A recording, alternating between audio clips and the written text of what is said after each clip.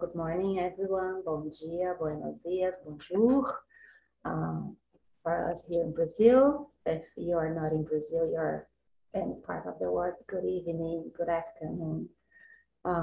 So, Priscilla, can you share the screen, please? Je vais partager. Okay, merci.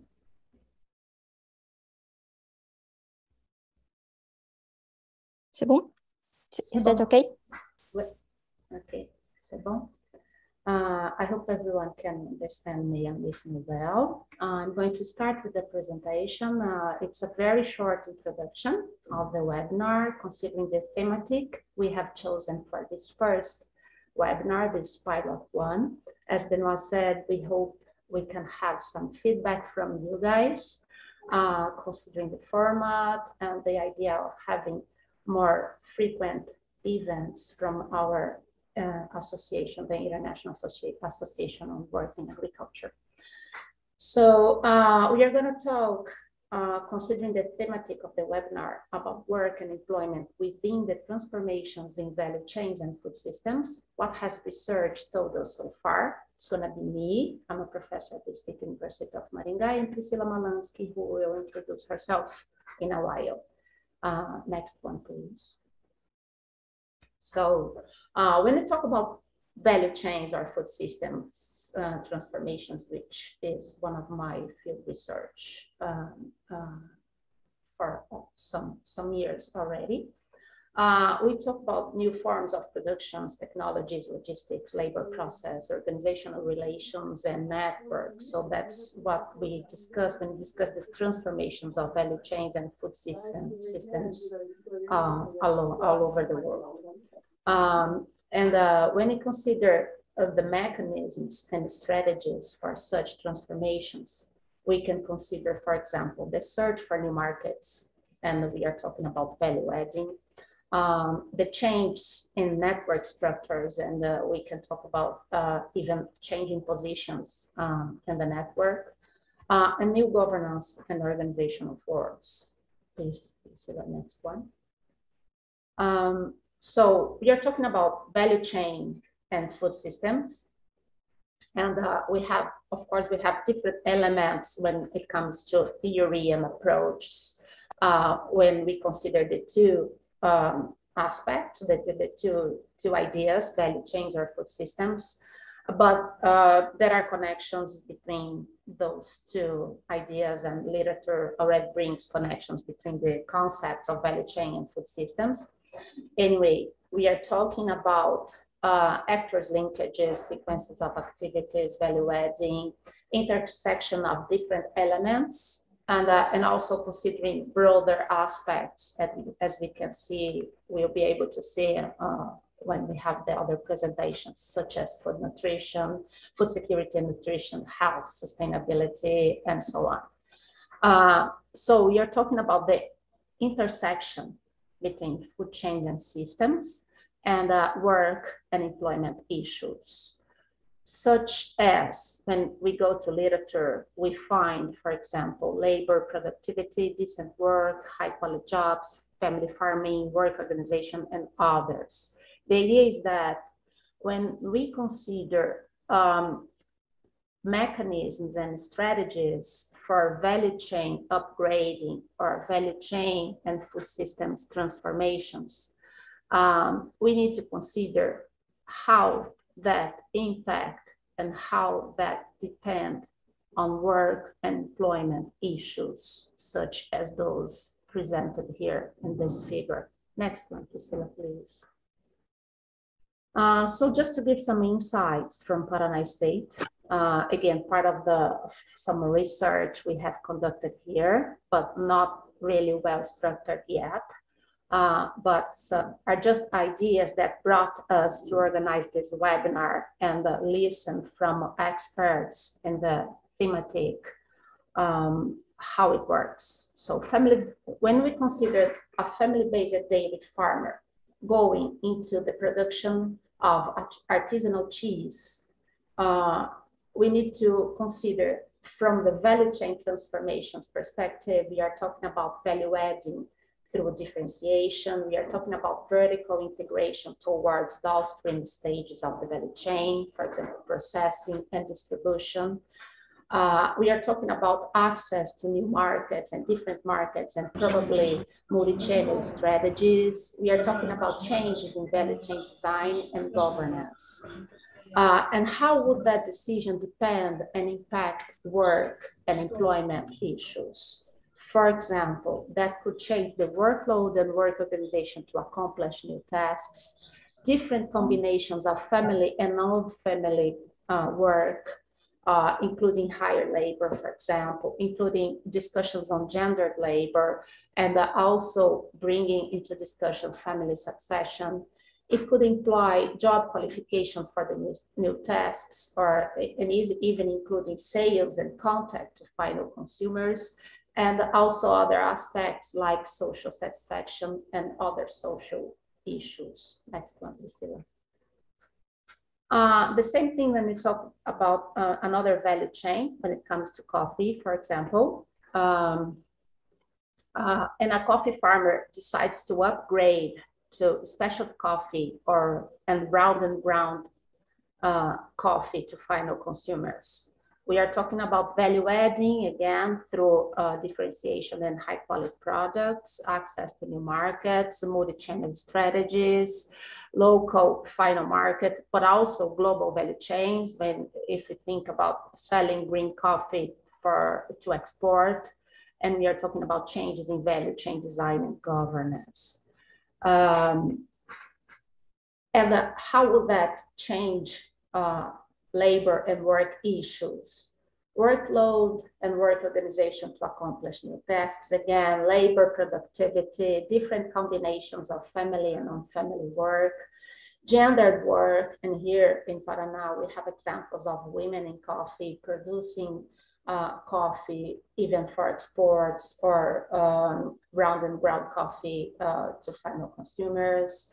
Higher labor, family succession, all the other aspects we discussed it before. When it comes to a global value chain, the insertion into new governance forms involving quality requirements and labor protocols and job satisfaction and other social issues. So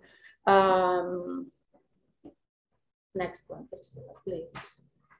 So what we want to say is that literature review on work in agriculture, and Priscilla is going to talk about that, and its relation to value chain approach, review an emergent topic, some of the ideas that I have brought here just now. Strategies and mechanisms transforming value chain and food systems depend on impact on work and employment issues. The topic deserves further research according to our research and according to our discussion. And that's why we brought this webinar at this moment here for the scientific and for the academic and non-academic community. I think that's it. And then the floor is yours, Priscilla. Okay, thank you, Sandra. So I'm Priscilla Malansky. I'm a postdoctoral fellow in the State University of Maringá. And to answer this question, what does the state of art say about labor issues and the relations about labor issues in the value chain? We performed a bibliometric review in different databases, using different databases. Our aim was to characterize the scientific community, developing research about the links between labor issues and agri-food value chains.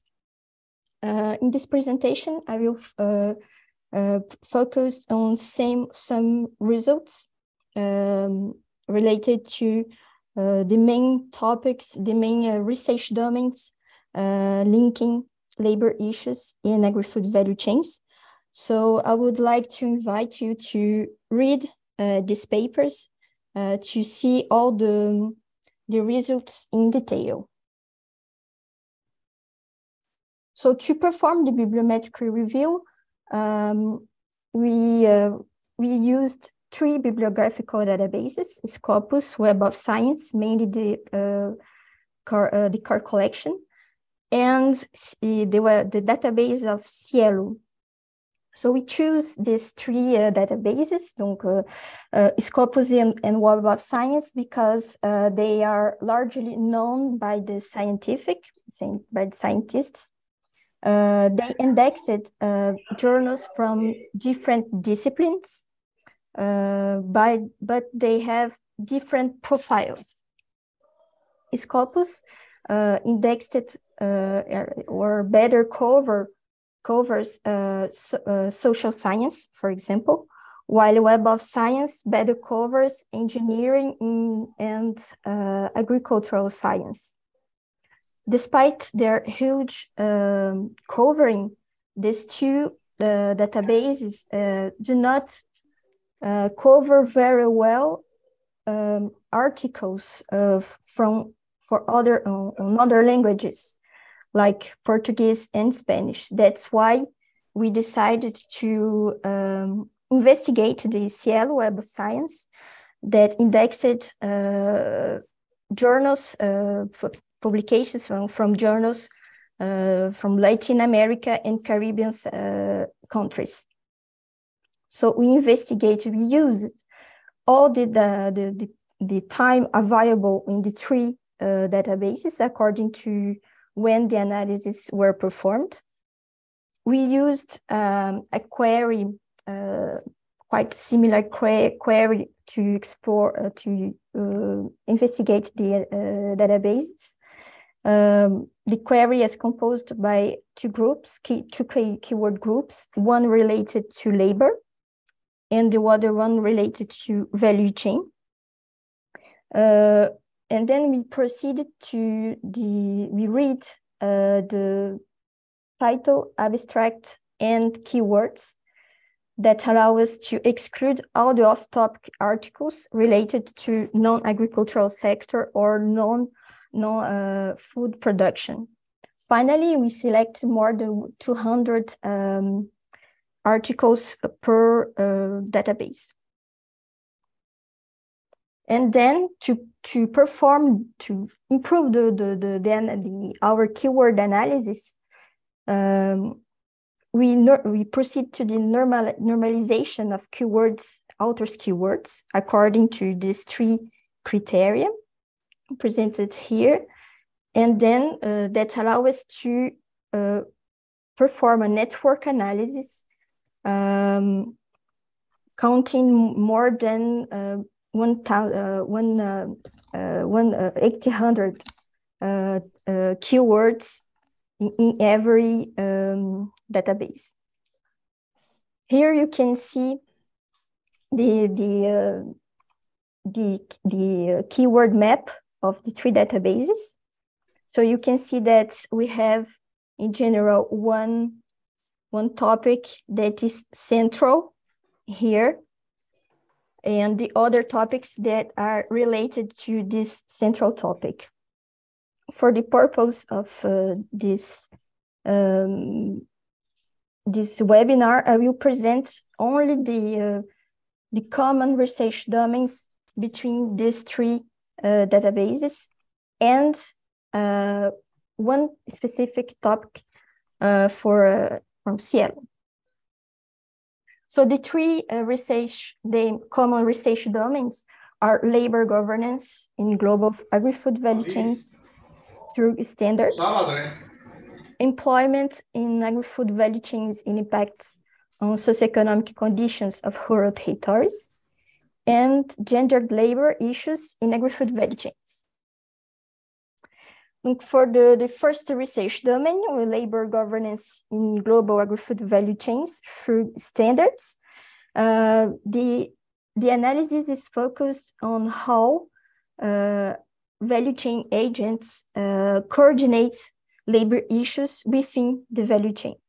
So downstream agents like retailers use social standards to regulate labor. These social standards can be part of a broader standard like sustainability standards. Social standards are strongly related or strongly influenced by the decent work guidelines from the International Labor Organization. The social standards work through mechanisms like certification and contract farming to influence then how upstream agents coordinate, or they have to adapt their employment and working conditions. So upstream agents here can be the farmers. The compliance and agreements with these social standards through certifications or contract farming impacts also the access to the market. For example, farmers assessing markets in other linked to the role of the downstream agents. The second common research domain is employment in agri-food value chains and impacts on socioeconomic conditions of rural territories. Here we have the impact of global value chains, mainly through two mechanisms: the direct impacts, the indirect impacts of this development, the agri-food value chains development in rural territories. The direct impacts are first employment creation, that is strongly related to hired labor. The second is income generation, that is more linked to contract farming. And then workforce mobility, which is linked to migration and demand for seasonal workers. All these employment related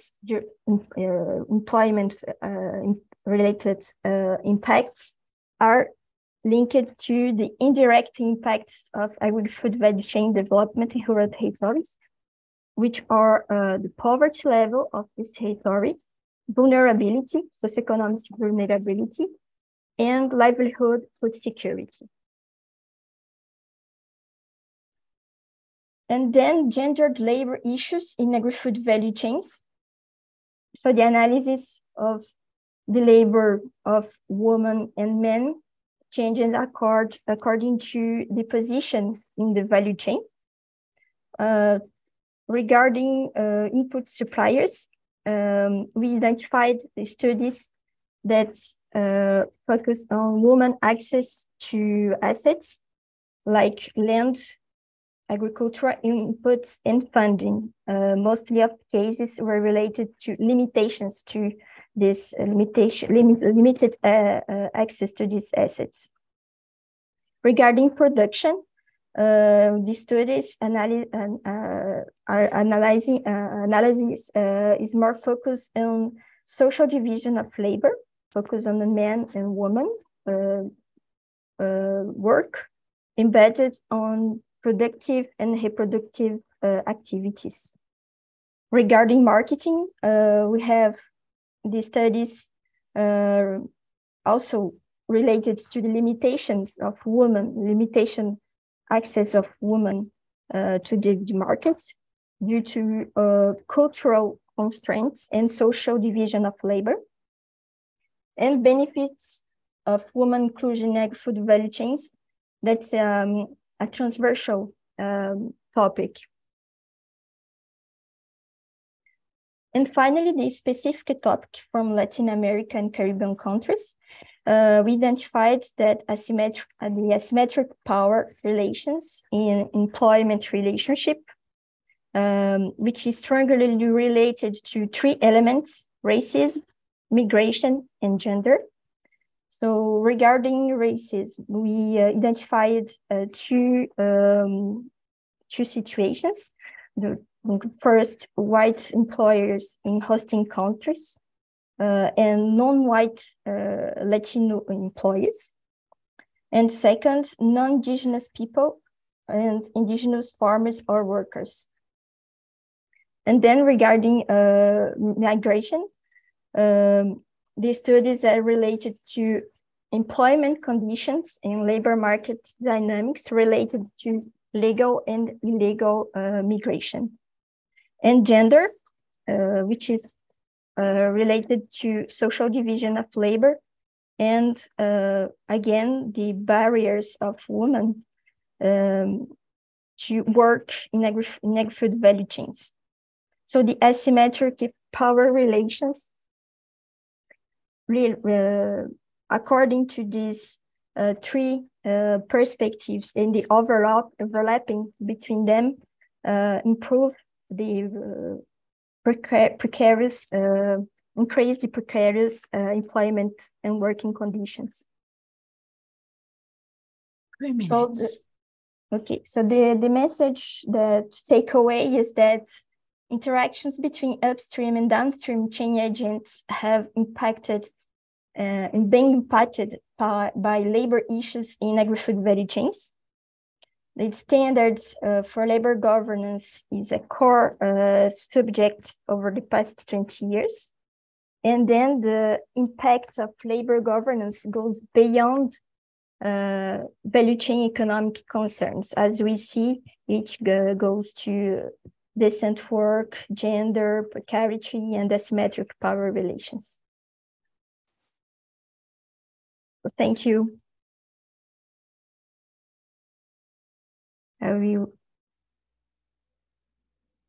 Thank you, Priscilla and Sandra, for this introductive presentation. For the moment, I haven't seen any questions on the chat. We have just 3 or 4 minutes to discuss of the presentation. If you want to write something, I will say to the whole community which is assisting to this webinar. Any question?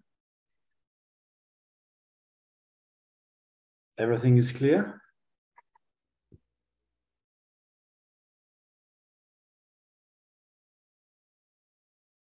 Okay, then let's go to the next presentation. Benoit, just a minute, we have a question in the chat. I don't see any. I think it's a direct message that I received. Okay. So if there is no questions, we go to the next presentation from Stevens. We'll have time to discuss about all the presentations during the discussions. Oh, Barbara is asking, or is commenting, in fact, this is a huge achievement. Have a few questions. Why value chains and not supply chains and market systems? Could you give a response to that? What's value chain is the entry, not supply chain? Yes, Sandra? I can start, and then Priscilla can complement. First of all, we needed to choose an approach because it would be too wide if we didn't choose at first at the beginning. When you consider work and employment issues, some aspects concerning value chain are more clear or more present in literature at the beginning, such as labor standards, labor protocols, and global value chains, especially, which was really discussed over the past years. Also, when we consider value chain, we can identify the products we are talking about. So in our keyword map, we could see products like coffee, cocoa, and other products that would be interesting for us to identify in that literature review. Also, we are considering when we discuss value chain, things related to governance, and it brings a connection also to labor governance. So that's why we chose to build our search with the term value chain. But for the Cielo, on the contrary, we used other terms, other approach, and not only value chain. And one last thing, even for Scopus and Web of Science, we had the equation with the term value chain. We could also identify many papers bringing food systems and supply chain and global network discussions. So the choice of value chain did not eliminate the other discussions, which was very good for us. So I think that's it. Priscilla, do you have to complement? Thank you, Sandra. There is another question, and now the questions are arriving, but we'll still have 2 or 3 minutes. Is it possible to discuss how working conditions enable insertion into value chains from Amanda, Priscilla, and Sandra? Have you any comments on that? Could you repeat the question, please?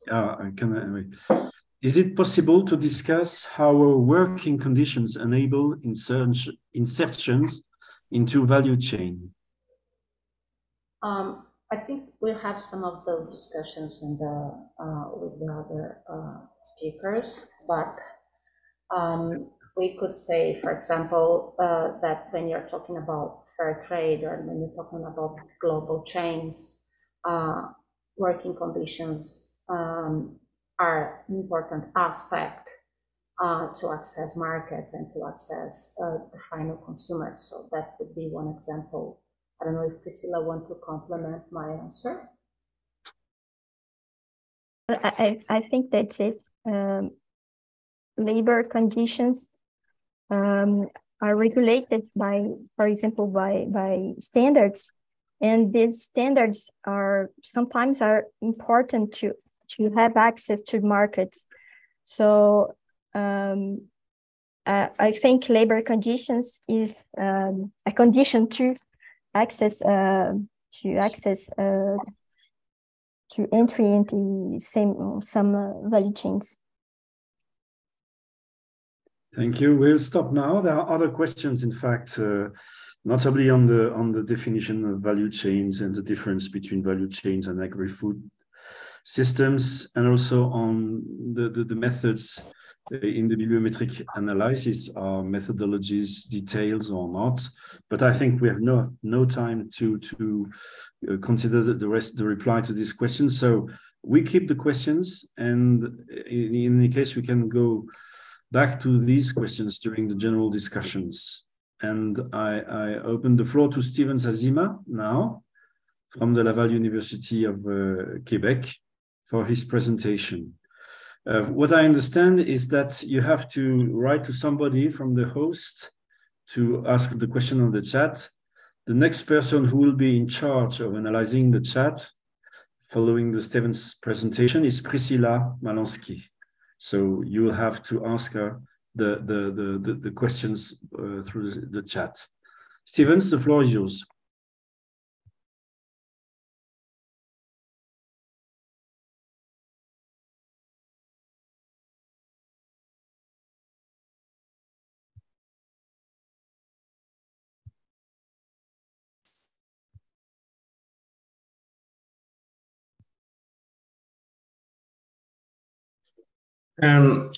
Bonjour tout le monde, je suis...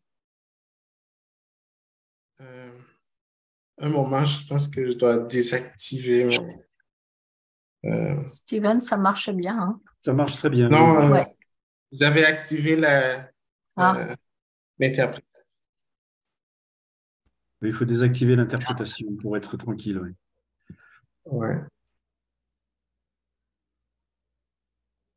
Je pense que je vais... C'est bon, je vais recommencer. OK, ça devrait être bon. Excellent.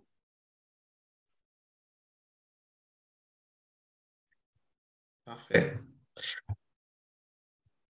Alors, bonjour tout le monde. Je suis content d'être avec vous aujourd'hui depuis le Grand Foire du Québec. Je vais vous parler de travail dans les systèmes alimentaires alternatifs et je vais me concentrer sur le cas des circuits courts alimentaires avec un focus sur l'Amérique du Nord. Alors, je suis Steven Zazima, je suis à l'Université Laval J'y enseigne et je suis sur le point aussi de terminer un doctorat sur les circuits courts dans cette université. Je représente aussi Patrick Mondler qui ne peut pas être avec nous présentement, mais qui aurait aimé être là. Alors, quand on parle des circuits courts, de quoi on parle exactement? La façon la plus simple de le présenter, c'est de voir des chaînes alimentaires dans lesquelles le nombre des intermédiaires est limité. En général, on considère jusqu'à un intermédiaire maximum. Alors, on parle de vente indirecte ou et souvent, ça va être des formes directes de vente du producteur au consommateur. Les formes les plus connues. Excuse-moi, Steven, s'il y a un problème de traduction en anglais, est-ce que les traducteurs peuvent vérifier? Une collègue qui participe dit qu'elle n'arrive pas à entendre la traduction. Si c'est le cas, pour tous les gens qui cherchent la traduction en anglais, dites-le. Et comme ça, on pourra essayer de résoudre le problème. C'est peut-être un problème personnel, hein, mais s'il y a plusieurs... OK. Prenez.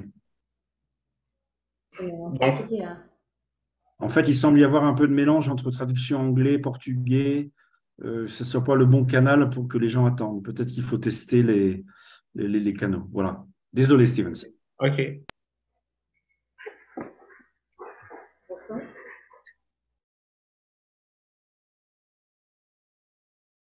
Continuez, excusez-moi. Ah, je peux continuer? OK. Oui, bien sûr. Oui, donc je définissais rapidement ce qu'on entendait par circuit court en mettant l'accent sur les formes de vente directes comme les marchés fermiers qu'on connaît bien où on peut acheter directement auprès des producteurs qui viennent vendre. Il y a aussi les paniers bio qui se sont beaucoup développés dans les pays du Nord depuis les dernières décennies. Puis l'autocueillette à la ferme. Je pense que ce sont trois formes de vente directe qui nous viennent en esprit quand on parle de circuit court. Mais il y a aussi des formes de vente indirecte qui se développent, comme l'approvisionnement par les institutions, les écoles auprès des producteurs locaux. Donc, en général, dans ces circuits courts, on ne fait pas qu'acheter un produit. Donc, même si on met beaucoup d'accent sur le nombre d'intermédiaires, mais ça va au-delà. Il y a une idée derrière qu'on essaie de vendre et d'acheter. Et en général, c'est associé à un ensemble de bénéfices environnementaux, sociaux et économiques. Stevens, oui. Okay, you just moved the slides now. Okay, I would say that the slides ouais. Okay, so you're moving just now. Donc, c'est ça, je voulais clarifier rapidement les termes avant d'entrer dans le fond du sujet. Donc, ici, je présente trois graphiques qui montrent quelque chose qu'on connaît déjà assez bien, le fait que les conditions de travail en agriculture, mais dans l'ensemble...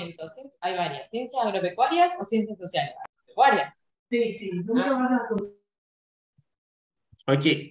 Donc, quelque chose qu'on connaît bien, le fait que les conditions de travail dans l'agriculture, mais aussi dans l'ensemble du système alimentaire industriel sont parfois déplorables. Ici, ces données concernent les États-Unis. On montre que même si le système alimentaire emploi reste encore un très grand secteur d'emploi, quand on le prend dans son ensemble, eh bien, c'est aussi le secteur où le salaire médian des travailleurs qui sont sur la ligne de front est le plus faible. De même aussi, on peut voir que c'est le secteur où, paradoxalement, il y a le plus de ménages qui sont confrontés à l'insécurité alimentaire. On aurait pu citer plein d'autres exemples comme les cas de discrimination, de racisme, mais comme je dis, c'est bien connu et ce sera sans doute assez discuté pendant ce webinaire. Mais moi, je voulais mettre l'accent sur les circuits courts. En général, on les présente comme une alternative à au travail en agriculture industrielle, mais pas seulement de travail, une alternative au système alimentaire industriel. Donc, si on les présente comme une alternative, on s'attendrait à ce que les travailleurs soient au moins aussi bien traités que dans le système conventionnel. Et donc, mais malheureusement, ce qu'on constate, et c'est ce que dit cette citation, c'est que souvent, on a tendance à assumer automatiquement que parce que c'est local, parce que c'est en circuit court, eh bien, ça va être forcément meilleur sur tous les aspects. Or, la question du travail dans ces systèmes alimentaires a été peu explorée. Donc, je vais faire ma présentation en 3 grands points. D'abord, je vais parler de qu'est-ce qu'on sait sur le volume d'emploi et la nature du travail dans ces circuits courts alimentaires. Ensuite, je vais comparer les discours généralement très positifs qu'on associe à ces circuits courts et la réalité du travail. Et enfin, je vais terminer par des considérations sur les questions de genre. Alors, quand on parle de travail au sens large dans les circuits courts, de quoi on parle exactement? Et quand on dit parfois qu'il y a plus, s'il y a plus, eh bien, il y a plus de quoi? Dans un premier temps, on pourrait dire que ces circuits courts alimentaires créent plus d'emplois. Par exemple, une étude réalisée par Mondler Logrea au Québec a montré que, eh bien,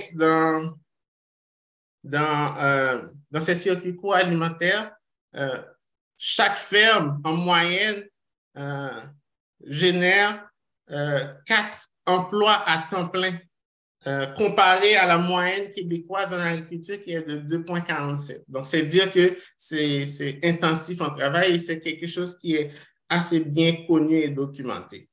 Ce résultat n'est d'ailleurs pas, on ne le retrouve pas qu'au Québec, et même si en général la qualité des données est limitée, mais c'est intéressant de voir par exemple que récemment, Bermond a pu trouver des résultats similaires, sinon même plus impressionnants, dans le cas français à partir du recensement agricole de 2010. Donc, c'est plus intensif en travail, mais on peut voir aussi que c'est aussi une question de productivité du travail. En général, encore, je cite un autre travail de Mondler et Jean Gagnon, où ils ont montré que, surtout dans la phase de production, eh bien, la productivité du travail mesurée en dollars par heure de travail, eh bien, est assez limitée, alors que dans les étapes subséquentes, c'est un peu plus relevé. Il faut considérer que ces circuits courts, en éliminant les intermédiaires, ou beaucoup d'intermédiaires, eh bien, les travaux que faisaient ces intermédiaires, eh bien, on doit les faire. Par exemple, la vente aux consommateurs, en général, un producteur n'a pas à personnellement s'en occuper, mais dans les circuits courts alimentaires, ça va être un enjeu. Une étude récente de Kelmanson, et sur laquelle on va revenir peut-être plus tard, a comparé les offres d'emploi qui étaient affichées sur un site très connu aux États-Unis et qui proviennent du système alimentaire alternatif en général. En général, de fermes en circuit court. Eh bien, ils ont trouvé que les travailleurs dans ce secteur, pris au sens large, pas seulement ceux qui travaillent sur la ferme, mais tous les travailleurs que génère ce secteur d'activité, eh bien, quand ils sont les plus proches du consommateur, par exemple, ceux qui s'occupent des ventes ou des livraisons, eh bien, ils ont tendance à se voir offrir des salaires beaucoup plus compétitifs. Donc, est-ce qu'il y a un lien entre ça et leur productivité du travail plus élevée, comme Mondler l'avait trouvé? Ça reste à explorer. Plus de quoi? Dans les circuits courts alimentaires, on note que ces systèmes reposent beaucoup sur des formes de travail non payées, non rémunérées. Déjà, il y a le travail familial, mais aussi, ces systèmes vont engager des bénévoles, vont pas engager, ils vont utiliser beaucoup le travail des bénévoles. Alors, le travail des bénévoles, c'est essentiellement un travail non payé, mais ce n'est pas parce que c'est non payé que c'est forcément une exploitation. De même aussi, ce n'est pas parce que c'est non payé que c'est automatiquement une alternative à ce qui se fait dans le système industrialisé et capitaliste. C'est un peu ce que discutait Bionner dans son papier. Et il montre en fait qu'on peut distinguer jusqu'à 3 formes de recours au travail des bénévoles. Il y a les agriculteurs peuvent le voir comme un investissement initial dans le but futur de ne plus en dépendre. Ou bien encore, il y a le recours aux stagiaires, qui est vu comme une sorte d'échange. Tu apprends, et bien en échange, tu travailles pour moi. Et enfin, il y a ces bénévoles qui y vont juste parce qu'ils y trouvent du plaisir. Et en ce sens, il y a comme une récompense psychologique qui est associée à ça. Donc, il faut procéder au cas par cas pour savoir si c'est de l'exploitation ou pas. Par exemple, dans le cas des stagiaires, ça peut très vite devenir une exploitation si le stagiaire n'apprend rien, en fait, pas grand-chose. Donc, pour finir, j'aimerais dire que malgré ces problèmes identifiés, il faut noter que les circuits courts alimentaires ont un idéal qu'ils transmettent et qui semble attirer beaucoup de travailleurs et aussi de bénévoles. Ils sont peut-être pas différents, mais ils offrent une promesse de différence, comme l'expliquait Levelli, par rapport à ce qui se fait dans le système conventionnel. Maintenant, je passe à la comparaison entre discours et la réalité. Est-ce qu'il y aurait finalement un écart entre ce que les gens disent et ce que les gens et les impressions des gens en circuit court et la réalité de ce qu'ils font concrètement? En général, comme je le disais au début, les circuits courts alimentaires vont être présentés comme vertueux, comme meilleurs. La politique peut même s'en mêler et donner l'impression de les encourager, d'encourager l'achat local directement auprès des producteurs et tout. Mais comme le montrait Fitting et d'autres collègues dans un travail récent en Nouvelle-Écosse, au Canada, eh bien, il faut se méfier aussi de ces discours-là parce que, par exemple, quand ce sont les politiques qui s'en mêlent, ça ne se traduit pas forcément par un support réel pour ce qui est local. Donc, ils parlent même, ces auteurs-là parlent même de local washing pour décrire cette réalité. Et de plus, la réalité des conditions de travail des travailleurs est souvent ignorée lorsqu'on fait ces louanges. Gray avait trouvé le même problème aux États-Unis, dans l'État du New York, où ces systèmes alimentaires reposaient beaucoup sur le travail des migrants, mais dans les discours qui circulaient, on en parlait très peu. Emerson identifie également des problèmes de qualité du travail. Notamment, il trouve que la plupart des offres d'emploi qui sont affichées pour les activités sur la ferme ou dans la transformation ou d'autres étapes de manufacture, eh bien, en général, ils n'offrent pas un salaire décent, c'est-à-dire un salaire qui couvre les dépenses pour le coût de la vie dans les régions considérées. De plus, ces salaires-là étaient rarement compétitifs. On a aussi, et ça c'est un travail que j'ai mené avec Patrick récemment, on a aussi travaillé sur la satisfaction. En général, ce qu'on trouve, c'est que les agriculteurs et agricultrices en circuit court rapportent un niveau élevé de satisfaction au travail. Et on a voulu approfondir cela et on a séparé. Et on a séparé satisfaction au travail proprement dit, l'aspect matériel du travail, satisfaction sociale, satisfaction qu'on retire du fait d'interagir avec les autres, et la satisfaction économique. Et on a trouvé que plus on participe au circuit court, par exemple, plus le producteur dépend des circuits courts dans son revenu, eh bien, en général, c'est associé à une satisfaction plus élevée dans pratiquement les 3 domaines, et surtout au niveau économique et dans le travail proprement dit.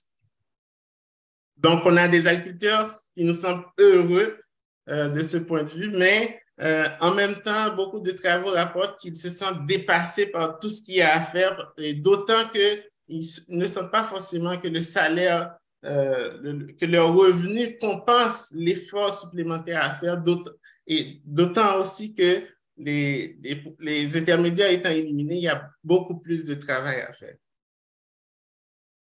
Et Nichols, dans une publication assez récente, je mets l'accent sur ces publications récentes parce que je trouve que ça permet rapidement d'explorer cette littérature assez vaste. Donc, il manque, par exemple, avec la COVID, on parlait beaucoup de la résilience des petits producteurs, des producteurs locaux et des circuits courts. On en a beaucoup parlé. C'est comme devenu un mot très à la mode.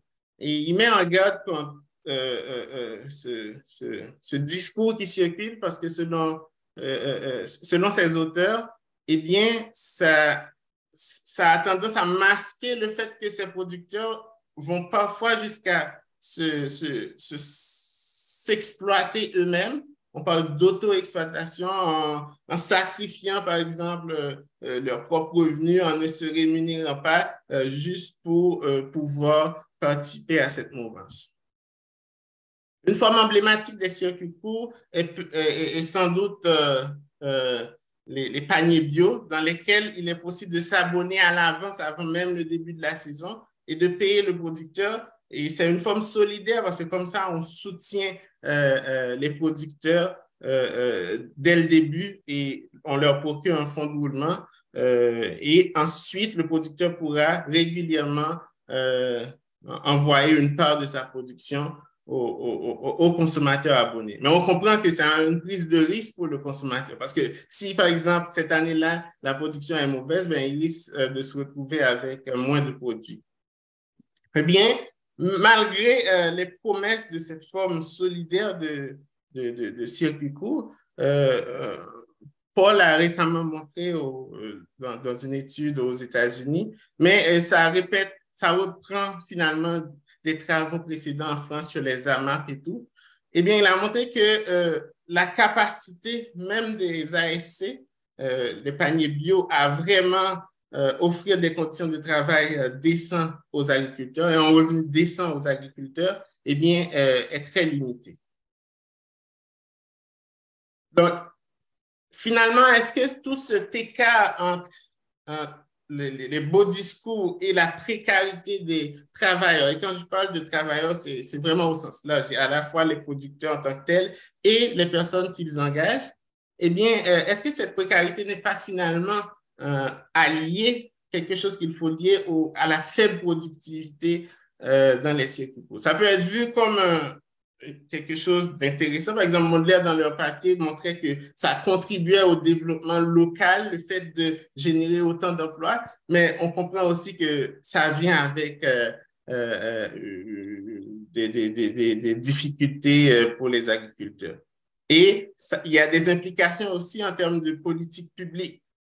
On comprend qu'il ne suffit plus de juste, par exemple, acheter de juste se procurer un produit local auprès des producteurs locaux. Il faut peut-être faire plus attention maintenant aux conditions de travail qu'on est en train d'encourager en achetant avec nos dollars, comme le veut la formule. Puis, ça va être la dernière section sur le genre. Et cette partie est intéressante parce qu'elle nous permet de voir la notion du travail au-delà de ce qu'on connaît habituellement. On va même s'intéresser ici au travail que font les ménages, autrement dit les consommateurs, dans leur maison. C'est ainsi que, par exemple, Castellano a montré que l'achat de produits locaux en circuit court s'accompagne souvent, implique souvent plus de travail pour les femmes qui, encore aujourd'hui, s'occupent beaucoup dans les ménages de ces aspects-là, eh bien, implique beaucoup plus de travail pour les femmes et plus de charges mentales pour les femmes. Mais ce qui va peut-être plus nous intéresser, c'est ce que ça implique pour les agricultrices en tant que telles. Et d'autant qu'on sait que historiquement, les agricultrices ont été invisibilisées ont été rendues invisibles dans le système, par le système alimentaire conventionnel, même si elles ont toujours été là et ont toujours contribué, mais pendant longtemps, elles ont été invisibles. Et bien, on pense de plus en plus que les circuits courts et en général, tous ces systèmes alimentaires alternatifs pourraient offrir une occasion de valoriser le travail de ces femmes. On a voulu explorer cela dans une publication récemment parue dans Journal of World Studies avec Patrick. Eh bien, on a testé ce que... Alors, il faut dire que ça reposait sur une enquête auprès de 613 agriculteurs et agricultrices en circuit court au Canada. Eh bien, sur l'aspect empowerment, c'est-à-dire comment ces circuits courts-là valorisent les compétences des agricultrices et leur permettent de s'affirmer sur la ferme, eh bien, on a trouvé en général que c'est l'un des aspects les plus remarqués et les plus rapportés par les agricultrices. La question du care, c'est une question difficile parce que d'un côté, on peut le voir comme le fait que les agricultrices les femmes seraient à une position privilégiée pour valoriser une forme de travail de proximité. Avec la COVID, on a vu que ce travail de proximité était essentiel pour faire rouler la société. Donc, toute cette question de prendre soin par l'alimentation, eh bien, ça a souvent été amené dans la littérature. On a testé, en faisant des comparaisons hommes-femmes essentiellement, si ça se traduisait vraiment dans notre enquête. Eh bien, on a trouvé qu'en général, oui, les agricultrices rapportent des scores, par exemple, pour les items en rapport avec le care, significativement plus élevés que pour les hommes.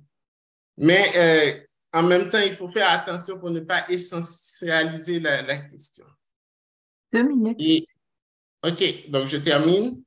Donc, le dernier aspect qu'on a aussi testé, on a voulu tester la vision et les valeurs véhiculées par les hommes et les femmes ou qu'ils embrassent en circuit court. Donc, il y avait un certain nombre d'items sur le rôle de l'agriculture selon eux ou selon elles, ou encore leur motivation à faire de l'agriculture. Eh bien, on a trouvé effectivement qu'il y avait une vision distincte entre hommes et femmes sur ces aspects-là. Pour finir, je dirais qu'il faut aller au-delà des suppositions, ne pas juste supposer que parce que c'est des circuits courts, c'est forcément meilleur sur tous les aspects. Il y a des aspects qui sont peu explorés encore, comme la question des standards et des certifications, comment ils peuvent offrir de meilleures conditions de travail. Et il ne suffit pas non plus d'acheter un local ou de s'approvisionner auprès de producteurs locaux pour forcément créer de meilleures conditions de travail. Il faut vraiment faire attention à ces aspects. Enfin, on a besoin de plus de recherche pour avoir des résultats et des conclusions plus claires. Merci beaucoup. Donc, il y a toute une littérature que je pourrais faire circuler après si cela intéresse. Merci, Stevens. Nous avons des questions, quelques questions. La première, l'effet de ne pas ou peu rémunérer les travails dans les circuits courts signifie-t-il, in fine, que ce mode de commercialisation n'est pas rentable?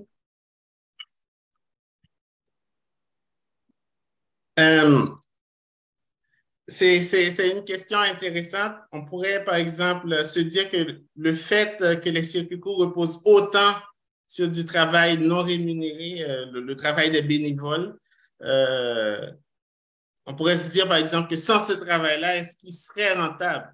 Mais ce qui est aussi inquiétant, c'est que même avec le travail des bénévoles, la rentabilité n'est pas garantie.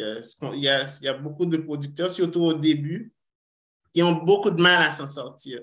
Mais, bien entendu, ça varie beaucoup en fonction des agriculteurs, mais c'est connu, il y a beaucoup de producteurs qui ont du mal à s'en sortir. Mais n'empêche que ces producteurs-là, et c'est ça qui était intéressant avec notre analyse sur la satisfaction, ils ne voient pas que l'aspect financier. Ce n'est pas leur seule motivation à rester en circuit court. Il y a d'autres aspects comme le contact direct au consommateur, le fait d'avoir l'impression de contribuer à quelque chose de plus grand et d'offrir des produits santé et tout. Donc, tout ça pourrait expliquer la persistance des circuits courts malgré les défis. Et en même temps, le travail de Kemelson montre que c'est en train d'évoluer. Peut-être qu'on aura d'autres occasions d'en parler, mais c'est en train d'évoluer. Peut-être qu'il y a une mise à l'échelle des circuits courts qui pourrait bénéficier à tout le monde. Nous avons le temps encore pour une question? Oui, une question. Est-ce qu'il y a des différences, des conditions sur la condition d'exploitation entre les différents types de travailleurs, les bénévoles ou alors familiales? OK. Juste pour les bénévoles, bon, OK, je vais répondre comme je le comprends.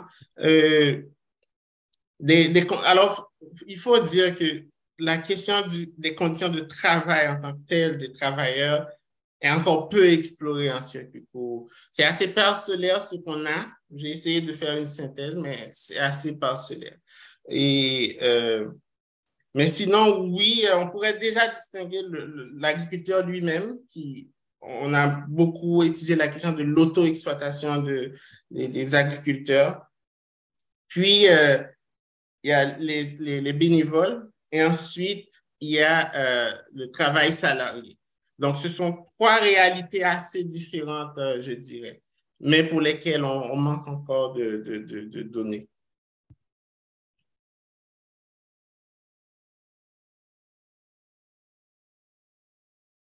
OK, peut-être une petite dernière.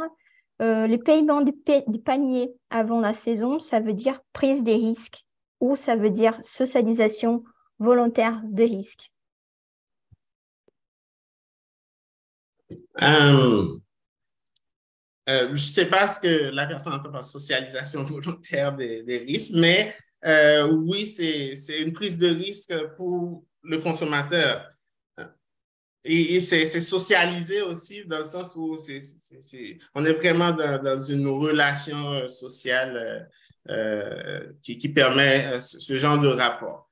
Maintenant, le travail de Paul l'avait montré, la prise de risque est aussi limitée même dans ce format. Pourquoi? Parce que même si les consommateurs disent que, OK, peu importe ce qui arrive, on va te payer dès le départ, eh bien, ce qu'on constate, c'est que la réadhésion à ces abonnements n'est pas garantie. Il est possible, par exemple, que si une saison, ça n'a pas été très bien, eh bien, aux prochaines saisons, on enregistre moins d'abonnés. Donc, finalement, le consommateur semble ne pas être forcément disposé à prendre ce risque sur le long terme.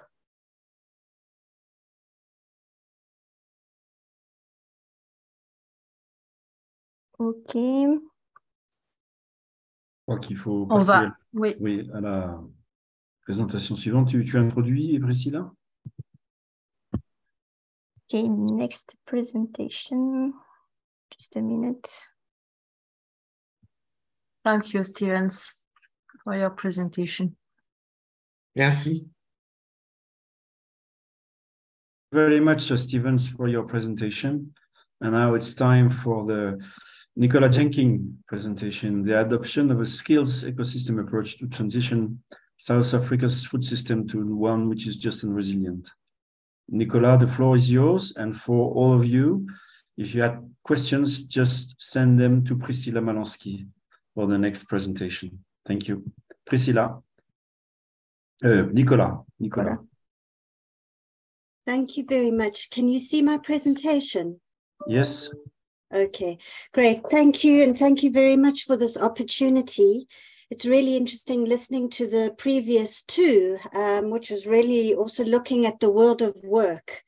And this presentation looks at the world of the work, but the implications on some of those dynamics that the previous two speakers mentioned, and particularly looking at skills.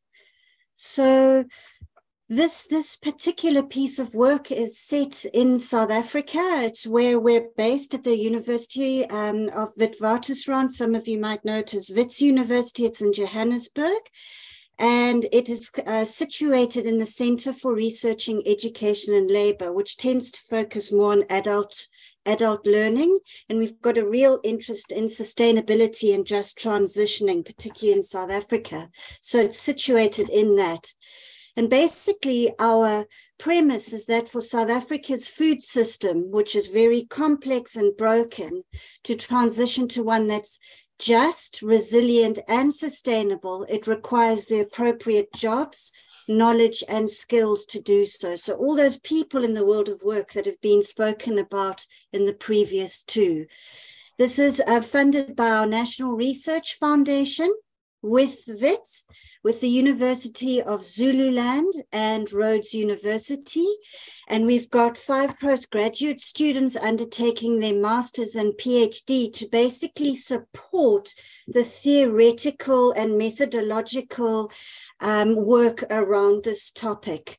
And we're adopting a skills ecosystem framework to informing skills planning to aid the just transition of South Africa's food system. And so we're really interested, if any of you've got thoughts or ideas on actually the use of this framework in the field, because the theory really is developing. It's been around, but it's developing and it's being applied. So we're using this opportunity to do that as well in this research to strengthen the theoretical framework. So very briefly, this piece of work and the approach that we have adopted, apologies, there's some noise outside, is we set the students on the path of firstly identifying a local food economic system and mapping it. Then the next level is to look at the skills ecosystem, and I'll take you through all of these. And then the just transition framing, and it touches on many of those dynamics which people have alluded to previously, which are the same in South Africa: race, gender, unemployment, decent work. So on the one side, we've been developing the tools to do this and drawing on the literatures to do that. And then our first phasing of work was very much desk-based, and it's moving into in-field. We've got then the students working on various research cases that are going to, that are sort of using lenses of the framing. So we're looking at the sugarcane sector, and I was really interested in the work done previously on Brazil, and I'd like to put my students in touch with you on that. Looking at school food gardens, aquaculture, small-scale farmers, and food waste and manufacturing, so a nice variety. This will inform skills ecosystem methodology, particularly within the context of sustainable food systems. And then identification of place-based and regional jobs and skills. And I think this is really interesting, as opposed to the sort of general national lens. And it's very much then links into our country's, or to inform our country's sustainable food system national pathway. So as mentioned, the very first phase was for the students to map the local food economic system. And here you will see the system is more complex than a value chain. And it's really to start looking at the different dynamics in that. So that's the environmental issues that may be currently identified within the region that you've identified. the economics of that system, what are the main economic drivers in that, the equitability around economics in that, the political system. In South Africa, we have provinces and district municipalities. What role do they play in the food economic system? Are they active or not? Then really critical is the social, and you know Stevens's talk really spoke to that social dynamic. And then you've got health and well-being. So we've got quite a lot of obesity in South Africa, and how does the regional health system feed into that? Are people eating junk food because it's all they can afford? And you can see then how all these dimensions are linked. So just for out of interest, we set a 100-kilometer radius for the students. How did we come up with that? It was really interesting. If the literatures went from 300 kilometers, and forgive me if you work in miles, right up to thousands of kilometers in the States. And really it can be determined by the size of your country. So we felt a 100-kilometer radius fitted into food supply chains for regional. So they're describing the geographical location. Is it mainly rural and urban? The geography, is it very mountainous with rivers?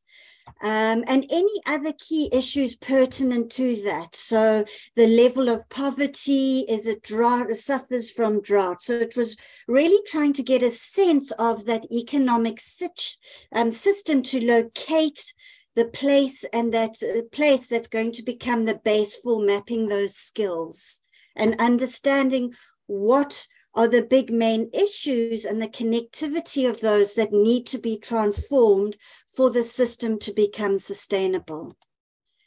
Another part of that was to look at the local, was to the main food types and activities in the selected region. And this turned out to be really interesting. So there we not only looked at the main food types that were produced, but we also looked at which ones are mainly processed, and which ones are mainly traded, and what main food types are consumed. And we started to see that there were real disconnects. So for example, and I'll share it with you a little bit later, we noticed in some of our regions, or two of our regions, there was a lot of production of, say, tomatoes or fish, but actually that food was being sent to other provinces where it was being produced. So the economic value of processing wasn't happening in that province. And then quite often product was processed in Gauteng, which is our main area of economic activity. And then it was being redistributed and in trucks back through to the town where it was then sold and consumed. So you had these different layers within the system and focuses on different areas of food types, which was really interesting. We then said to them, choose the top three that really seemed to emerge and say, what was really interesting and why was that food of significance to the local food system? Was it how it contributed to the national economy, if it was sugar or fish or tomatoes, or was it contributing to the local household economy? Was there a number of people employed mostly significant? Was there cultural or historical significance to food and the way food is produced, or traditional foods were being consumed more locally? And then were there sort of issues around, say, health impacts? We then asked them to look at who are the main actors that are involved in those three main food types along the value chain and then the system. So who are the core actors? And these systems draw on the ILO's classification of actors within a value chain. So we looked at the core actors, who's mainly involved in actually touching the food, selling the food, and processing that food. Who are the main service providers? So the businesses who might provide services, so selling seeds, machinery, giving advice.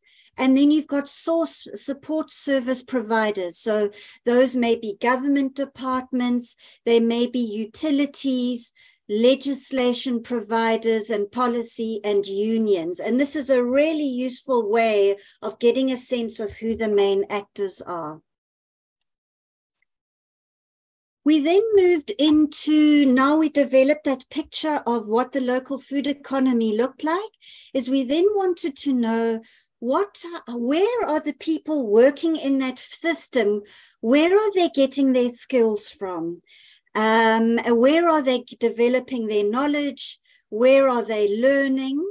And for this, we wanted to understand what the current skill system is offering, and what courses in your region are being offered on food-related skills, and also trying to broaden that to beyond just agriculture, so hospitality, retail, and so on. And this really frames and starts to say to you, this is what is offered. These are the products, the food types that are manufactured and processed. Is there a disconnect? Are there gaps? And then to say, when we start to look at a sustainable future, what are the gaps? So it's really quite interesting. You start to look at the complex level of networks and relationships around the skills system and who's informing it, who's delivering and provisioning it. And it becomes a really interesting lens. So the first exercise to do is to look at policy in that region. So is it provincial policy? Is it district policy? That may start to look at food systems, looking at job creation. So you're really looking at that policy nexus of skills, the food sector, and environmental policy, but at that regional level. And so they had to look at agricultural policy, manufacturing and industrial policy, consumption policy, nutritional policies, and really dig into them and say, how do these policies acknowledge the world of work and skills? And were there big gaps? The next thing for them was to start to map out who are the providers of education and training and skills in your region. And this really started to vary a lot depending on whether you were urban and rural and so on. So they had to look at traditional universities, universities of technology, were they private or public? Your training and vocational education colleges, which are really important for rural areas and community education, and especially in the world of food. Who else is offering training? And I'm sure all of you are very aware that NGOs and international bodies are very keen. And here it's looking at the food-related courses that those institutions are offering, but within that 100-kilometer radius. And that starts to say to you, you know, what are the big gaps? Are a lot of people actually having to go outside of their region to get traditional university education? Or what is the quality of that in the local area through community colleges, for example, for artisanal education, agricultural workers? And then they had to look at the type of courses, you know, their degrees, certificates, what are the partnerships between those in the region? And then start to look at student numbers. And this is all obviously where it's feasible. But I'm sure you're starting to get a sense that you're starting to layer all of this on the food system that you did in the first phase. Something that's really important to skills ecosystem framing is you then, if you look at this diagram, it's called the facilitating verticality. So that's on your left, is you starting to situate the world of work and skills within those higher, the national policy, the national economic context, which is what the first phase did. You then look at who are the main actors, and then you situate the local, so the individual and the skills they have, and you look then at the link and how these are interlinked with each other, if they are at all. And that's called the 40-degree mediating role of how these all work, and they are all needed for a system to transition. So you need to understand the current and then the trends going forward in order to look at what the system needs to transition to it. So it really illustrates the complexity of networks, relationships, socioeconomic dimensions, and so on.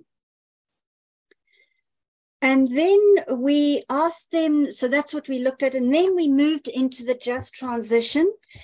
Initially, they started doing desktop research, and we said to them, with what they now understand with regards to the current food system and how it may, what's working and what the actors are, and then the skills that are provided, what did they think was required for the just transition of their regional food system, so that 100 kilometers? And in South Africa, just transition is very pertinent. It's mainly been applied to our fossil fuel industry, but we've been starting to apply this work to looking at food. And in South Africa, we are starting to look at 3 areas of justice. So procedural, distributive, and restorative. And they started to look at this and they came up with a vision. Okay. And then we had to say, well, what does that vision mean for the impact on work in that local food system, this vision, the impact on the types of jobs, the skills and knowledge that will be required, and then what the education and training providers in that area will need. Sorry, I just heard some sound effects in the back. Is there someone trying to tell me something? Not. No, I don't think so. Okay. Go on, please. Okay, apologies for that. Yeah, so I just want to share with you one of our cases, just to very briefly illustrate what emerged from this process.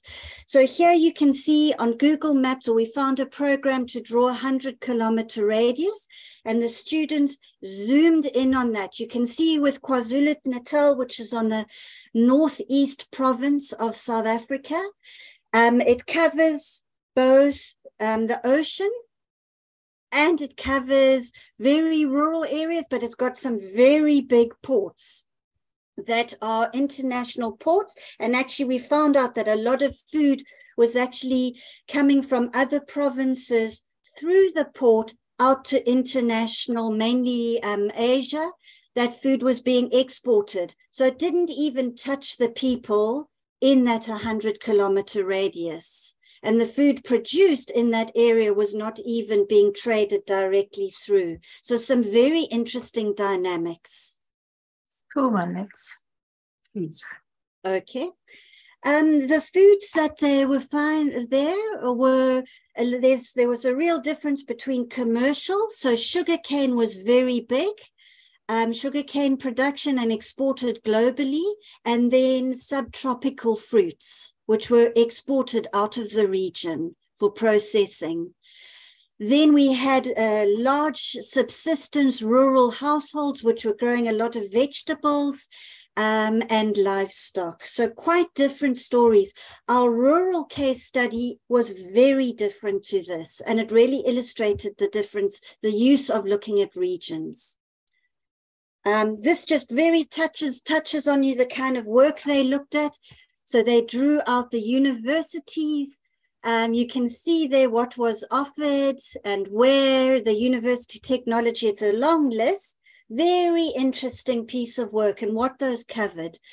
So really what was interesting here is that a variety of degrees, diplomas, and certificates are offered by the universities and colleges, but it's very traditional on animal and plant production, agri-processing, some courses on supply chain management and hospitality, but really it was felt it was quite lacking, and it also didn't really respond to what food activities were taking place in that area.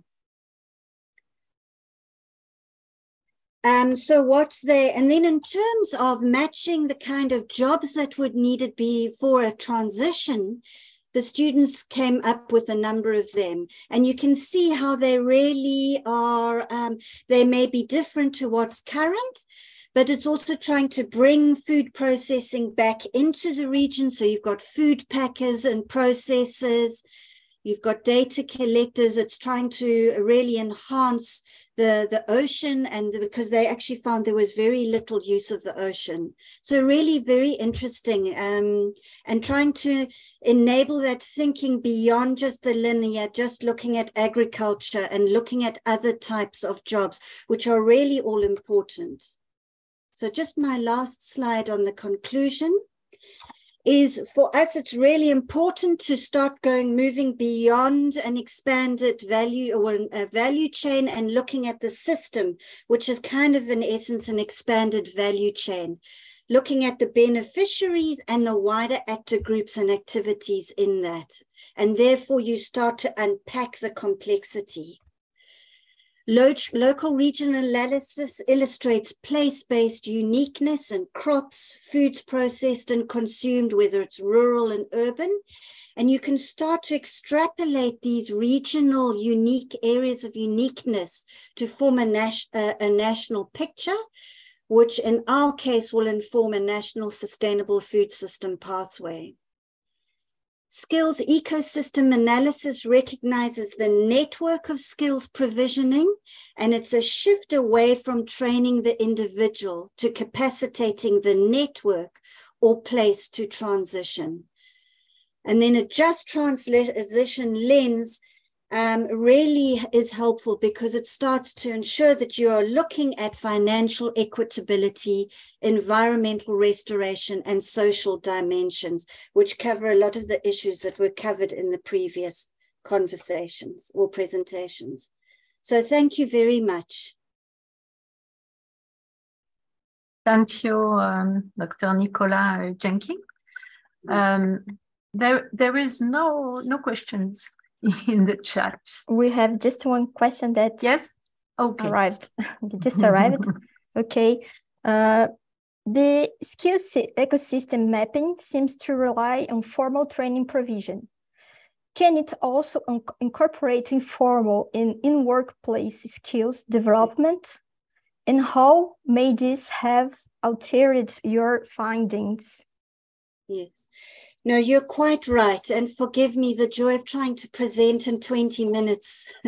I didn't cover it, but you're quite right. It covers informal learning, most certainly, and the role of work-based learning, especially in vocational education. So learning on the job. And that becomes particularly critical when you're looking at place-based. So yes, it does cover that. Yeah. Okay, no more questions? No, thank you, Nicola. Okay. Thank you. Thank you very much, Nicola. So let's go back to the webinar after this very short break. Stephanie Barrientos, the floor is yours for your presentation. Thanks very much. And can you hear me okay? Yes, fine. Great. Thank you for the invitation and some very interesting presentations so far. In this presentation, I'm going to draw on research I've done over many years, which is summed up or synthesized in a book I published in 2019 on gender and work in global value chains, but also I'm going to draw on research I've done, collaborative research more recently with the universities of Manchester, other colleagues, the University of Cape Town and the University of Nairobi. So firstly, just a little bit about the context. I think there was a question in the chat earlier about defining global value chains. My research is really focused on the global value chain itself, or agri-food value chain. And the key there is that you've got dominance of very large retailers and large agribusiness intermediaries, such as Walmart or Barry Callebaut, for example, and that they coordinate and govern the chains right the way through, often to inputs. They don't rely on more traditional wholesale markets or more remote intermediaries. So there is a difference for me between a value chain and a kind of broader market, which could include a number of those.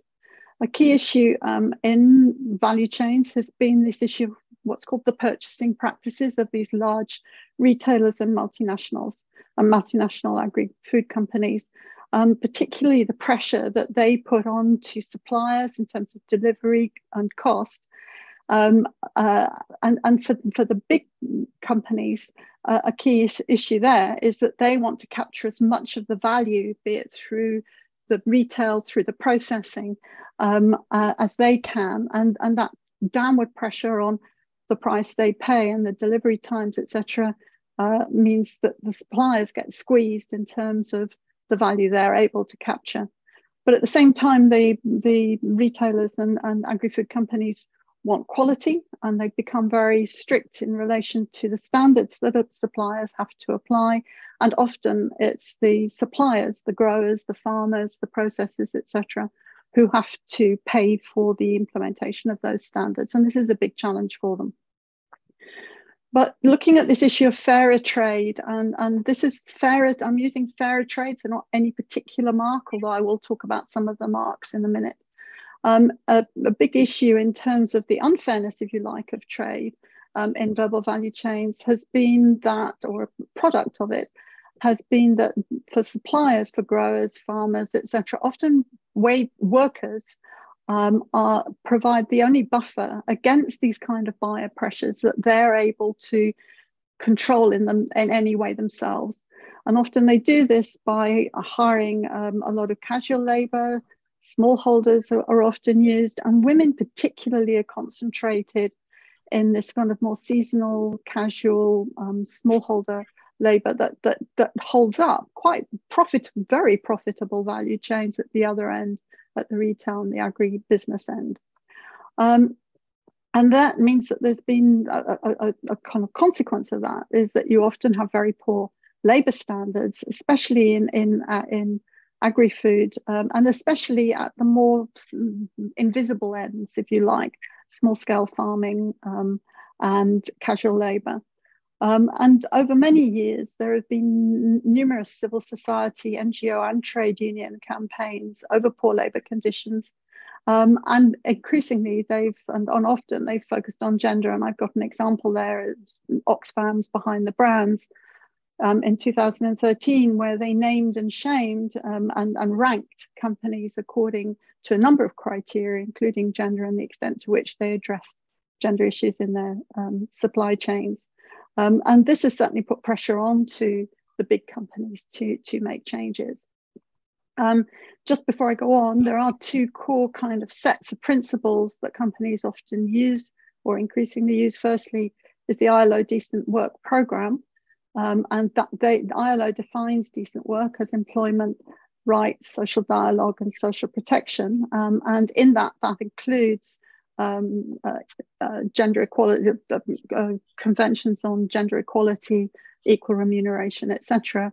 And also the UN, the United Nations Guiding Principles on Business and Human Rights, which are more recent. And those principles say that states need to protect workers' rights or rights, but I'm looking at workers in particular. Companies need to respect those rights, and there needs to be remedy for workers. The UNGP only more recently in 2018, I think it was 17 roughly, really began to focus on gender, but I can come back to that. So going back to focusing on the global value chains, the large retailers really have a plethora of private standards. I've just got a few here. Most of the very large retailers and agri-food companies have their own individual company codes, criteria all suppliers have to comply with wherever they are. The few that I've picked out are the few that some will adopt, some won't. These are more multi-stakeholder or standards set by multi-stakeholder organizations, which some companies adopt, but many do. Certainly UK retail, you'll find these standards in all of the key big retailers. So just to go through a few of them and just to think a little bit about the gender dimension, the best known one is fair trade. It's the most recognized mark internationally. It has standards for small producer organizations as well as for hired labor organizations. So it covers both smallholders and it covers wage workers. One of the criticisms of fair trade has been that it's been insufficient in addressing or inadequate in addressing labor in smallholder production itself. But I would also extend that to say, and also unpaid contributing labor of women on farms, which is often being overlooked in most of these standards until very, very recently. But the pressure on fair trade, one of the consequences has been that they've been addressing gender issues much more overtly. They had them implicitly, and already we've discussed issues about difference between reality and what's on paper, but they've really developed much more specific strategies more recently in relation to gender and also in relation to wage labor on smallholder farms as well as on very large commercial farms. Rainforest Alliance is another standard that is often adopted. Some would argue that it's not as strong. It's probably stronger on environment. It's very much that's its focus. It's probably not as strong in relation to labor. And also, again, under pressure, actually, to some extent, from the companies that use the Rainforest Alliance code. They have also developed a gender strategy. I won't go into detail there, but they have definitely now adopted a gender strategy. The two on the next line, the Ethical Trading Initiative and Global Gap Grasp, are codes which have been specifically developed for wage labor, whereas Fair Trade and Rainforest will include them. That's not their primary goal. Ethical Trading Initiative, and there are ETIs in UK, Denmark, and one other, Norway. So the ETI is not itself actually a certification body. It has a base code which draws on the ILO core conventions. It's used by all company members, and there are very large numbers of companies in the ETI in all of those three countries, have to include the base code in their own individual company codes that they apply to suppliers. And you've got gender criteria from the ILO core conventions in those base codes. The ETI, again, has been criticized for not being sufficiently gender focused, and that has changed. It's now got a gender strategy. Global GRASP, Global GAP is Global Good Agricultural Practice, only introduced GRASP, which looks at the risk assessments in terms of labor, largely at anyone who's Global GAP certified, but largely at smallholder level. Global GAP GRASP did not include a gender dimension, but when first formulated, but it has more recently been revised.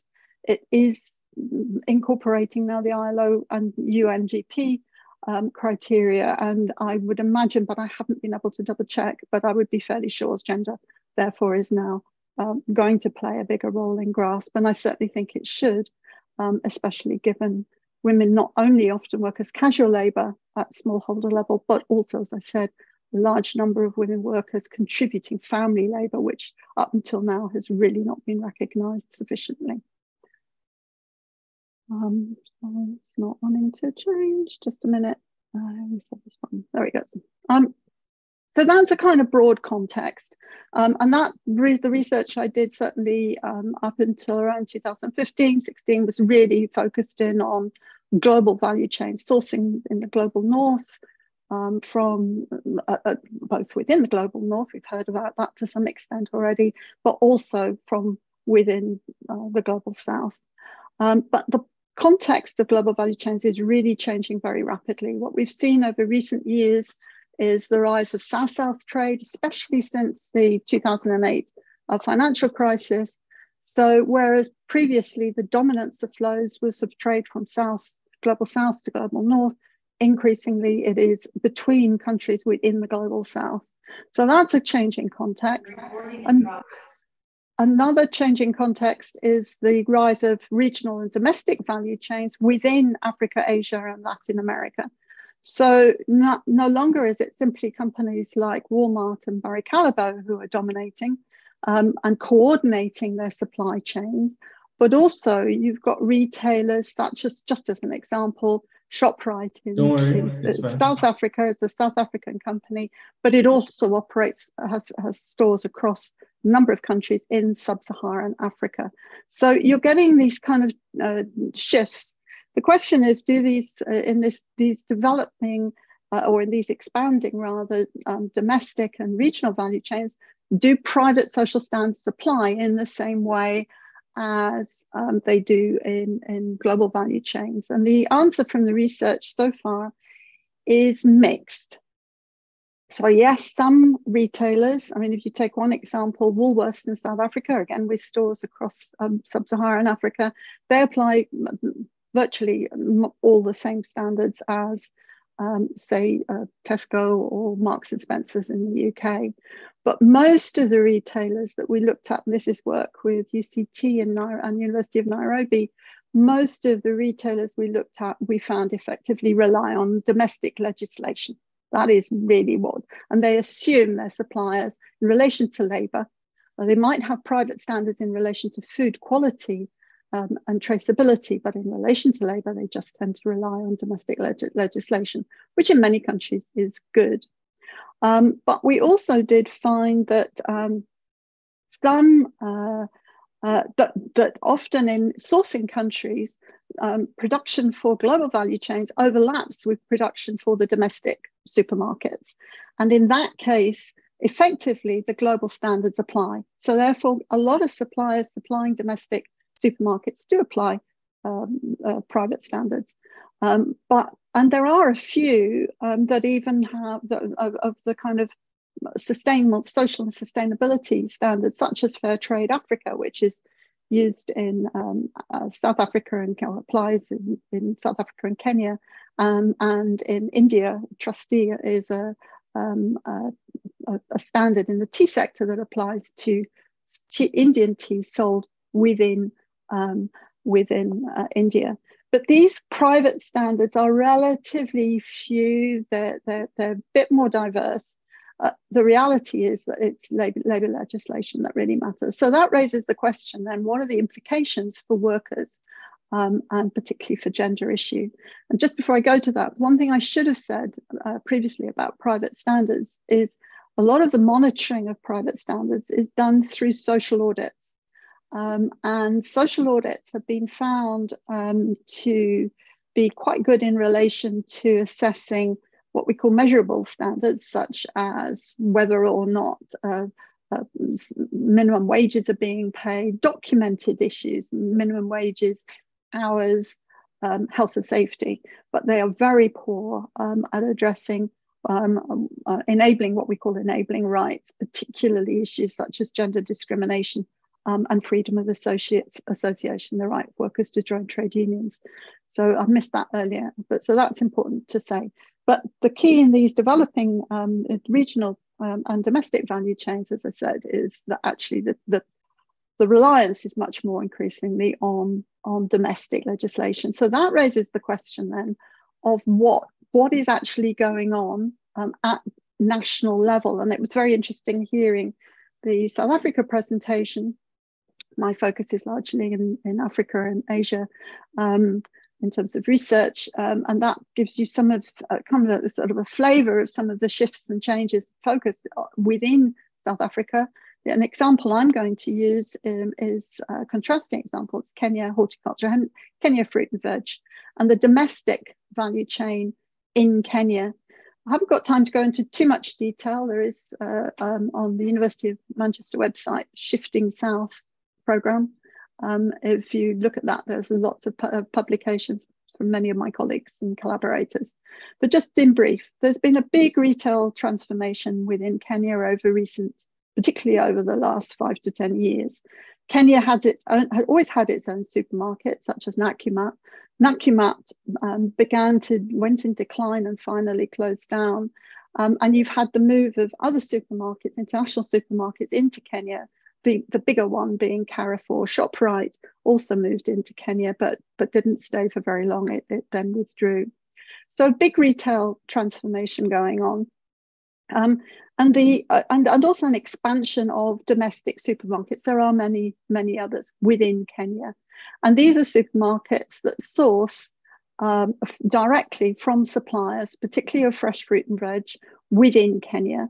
And again, focusing on fresh fruit and veg, we found that the global and the domestic value chains are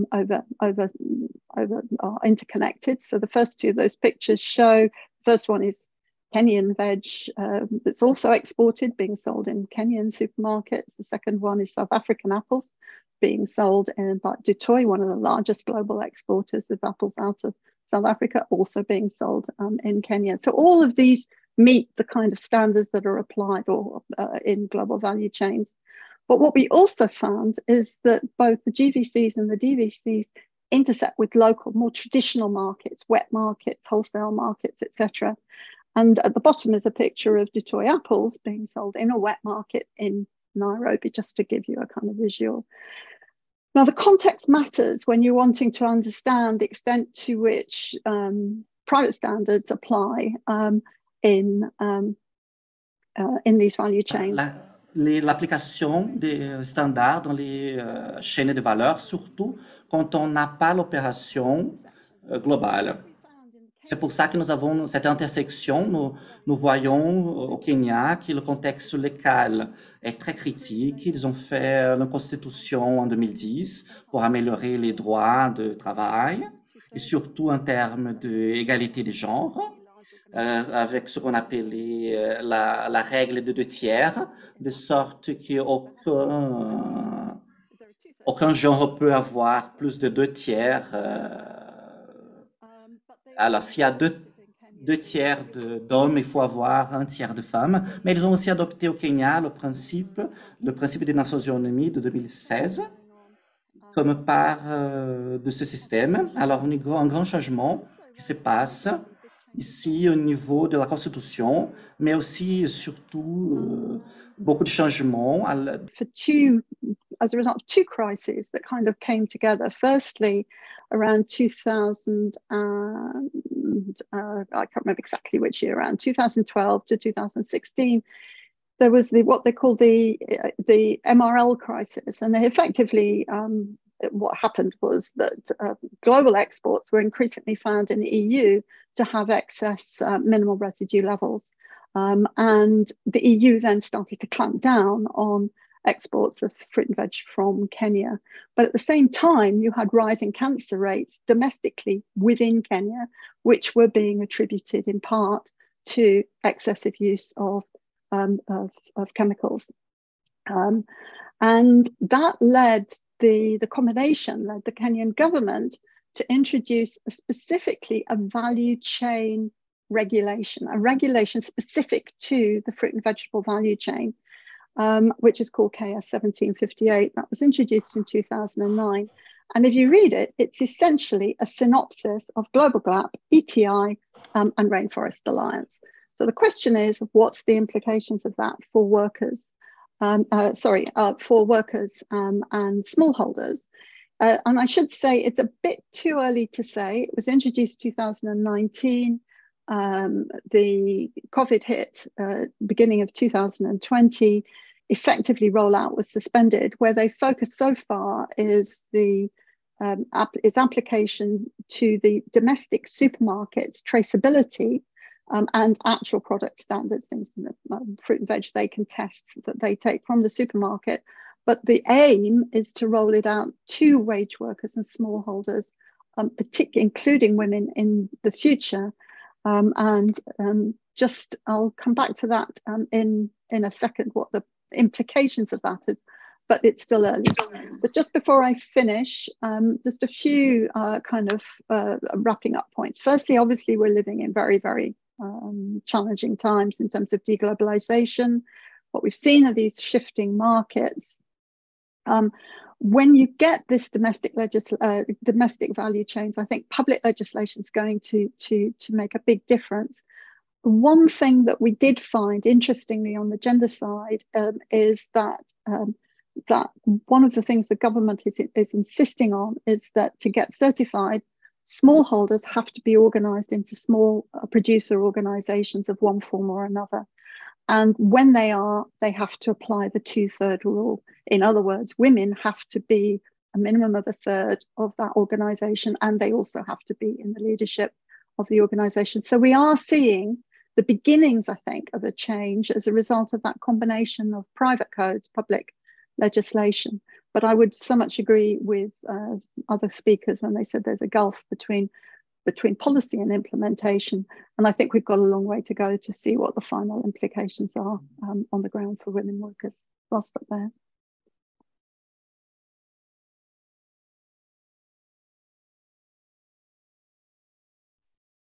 Many thanks. Thank you, Stephanie, for this interesting presentation. We don't have yet questions on the chat, so please, if you have questions, put it in the chat.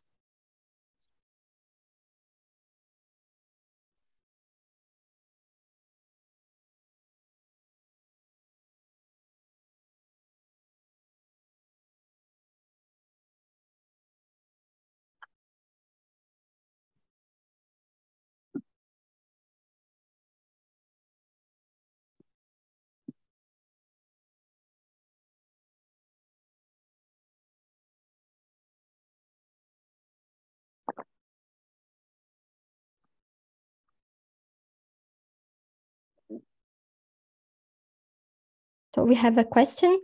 What is about the control of these standards? Sorry, can you repeat that? What is about the control of these standards? By the control, does that mean? What is controlled by the standards? All right, sorry. So the standards on the whole use, the labour standards, specifically the labour, the piece on hard labour, usually focuses on the ILO core conventions. So they cover the right to basic protection, contracts, etc. Minimum wages, legal minimum wages are applied. And this is the sort of minimum that they include. No forced labour, the right to freedom of association, and no discrimination based on gender, race, ethnicity, etc. So those are the kind of minimum, but increasingly they also try to apply the broader decent work program of the ILO, which is both the rights, protection, and voice, so that there is that kind of ability of workers to be able to voice through independent organizations.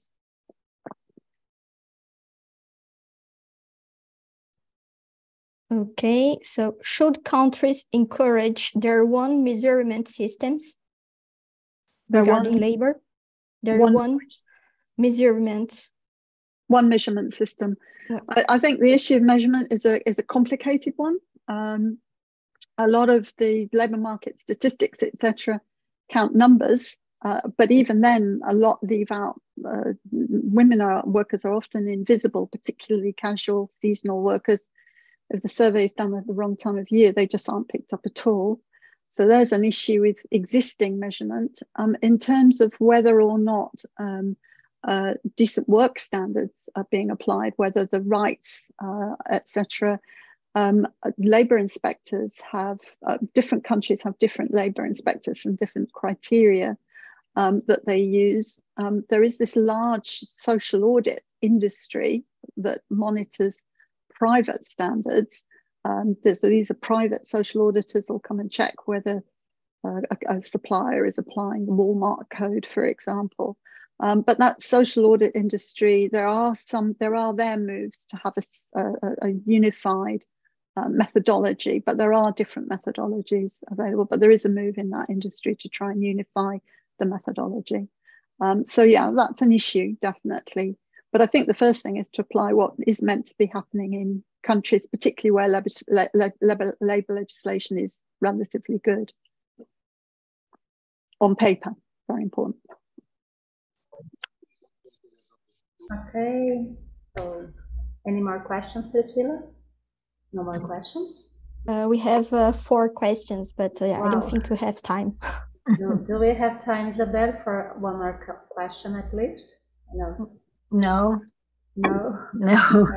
Okay. Okay. No. So I think there will be an opportunity to put the observations on the whiteboard using the post-its. First of all, thank you very much, Stephanie, for your presentation. Thank you very much for the invitation to do this summary or to share my thoughts with you. It's not an easy task, actually, after all these very interesting presentations.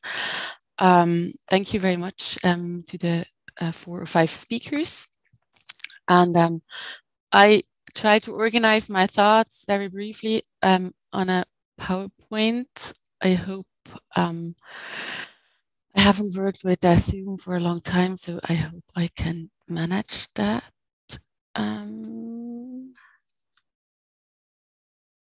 Share. So can you see it? Yeah, it's good. Okay. So good. So I tried to come up with one aspect from each presentation, which was most important to me, which also linked to things I'm working on. And from the first presentation, it was the introduction done by Sandra. I noted down that this importance to keep in mind that every decision on adding value to primary products have impact on labor, on work issues. So it's about the workloads. It's about often gendered work. It's about the need for new competences, skills. And I think this is very important because I'm doing mainly research on family farms in Switzerland. And very often I see that the farmers, as everywhere in the world, they struggle to get new income sources for income. And very often they decide, okay, we will go for this or that. And very often it's direct marketing, which we also heard in Steven's presentation. And this means processing of primary products. And very often these are the women doing it on top of other farm-related work, on top of childcare, of other household tasks. We already talked about that, the gendered care work. And so I think this is very important that to bear in mind also from the consultant sector. So when I say, okay, you have perhaps to open a new branch in agriculture, so to think about the workload, to think about who is really able to provide all these things, and that you need also new competences. Just to open a direct marketing shop, it is not done with that. You need all the new skills, all these competences. So I think that was very important, and I'm seeing that in my work in Switzerland too.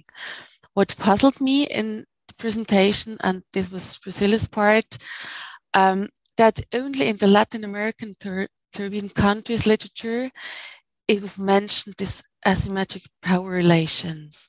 And you also talked about in the other literature you saw about gender, etc. But these power issues, which are so important, I think, it was puzzling that this was only a topic in this field of literature. So why the other authors do not talk about that?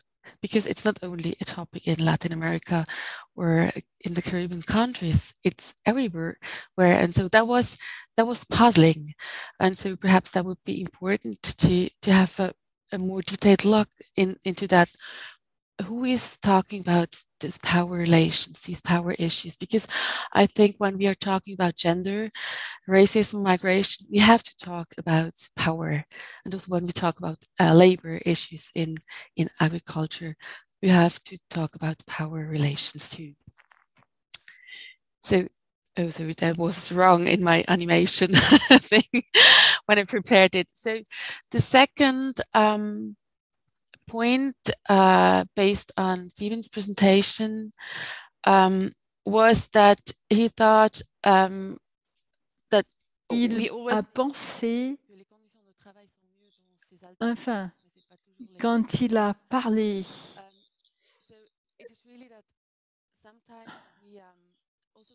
c'est une question que en Suisse aussi, quand nous parlons de ces communautés, quand j'en parle à mes étudiants, et ils pensent pourquoi tous ces bénévoles travaillent sans gagner suffisamment, sans rien gagner, et les peu personnes qui sont employées. But really, it seems that is throughout the whole agriculture, in any system, we have a problem with decent working conditions.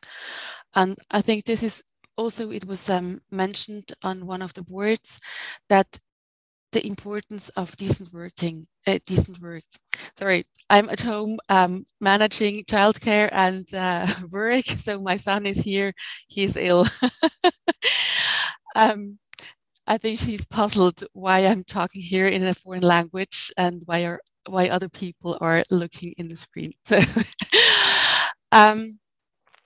yes, so I think this is very important that we bear in mind that when we have also alternatives in agricultural production and in agricultural also marketing, that decent working conditions are always important, but it's very difficult to guarantee them. Then in the third presentation by Nicola, I was it was important for me to see how she said, okay, we have this food system lens, and it is very important to have this system lens and not only the value chain lens. But then I thought, okay, it's even more complex. Like the picture you showed, they were very fancy. Can you stop it, please? My son is playing with the light. Can you just stop? Kannst du aufhören? Miro, abstellen bitte. Sorry for that. So I think it is more complex. I think it's very important to have this system lens, but it adds more complexity because I think already the value chain lens has quite a lot of complexity, and how to go about this research, this complexity when doing research, when you have this food system lens. So this was just a question I had.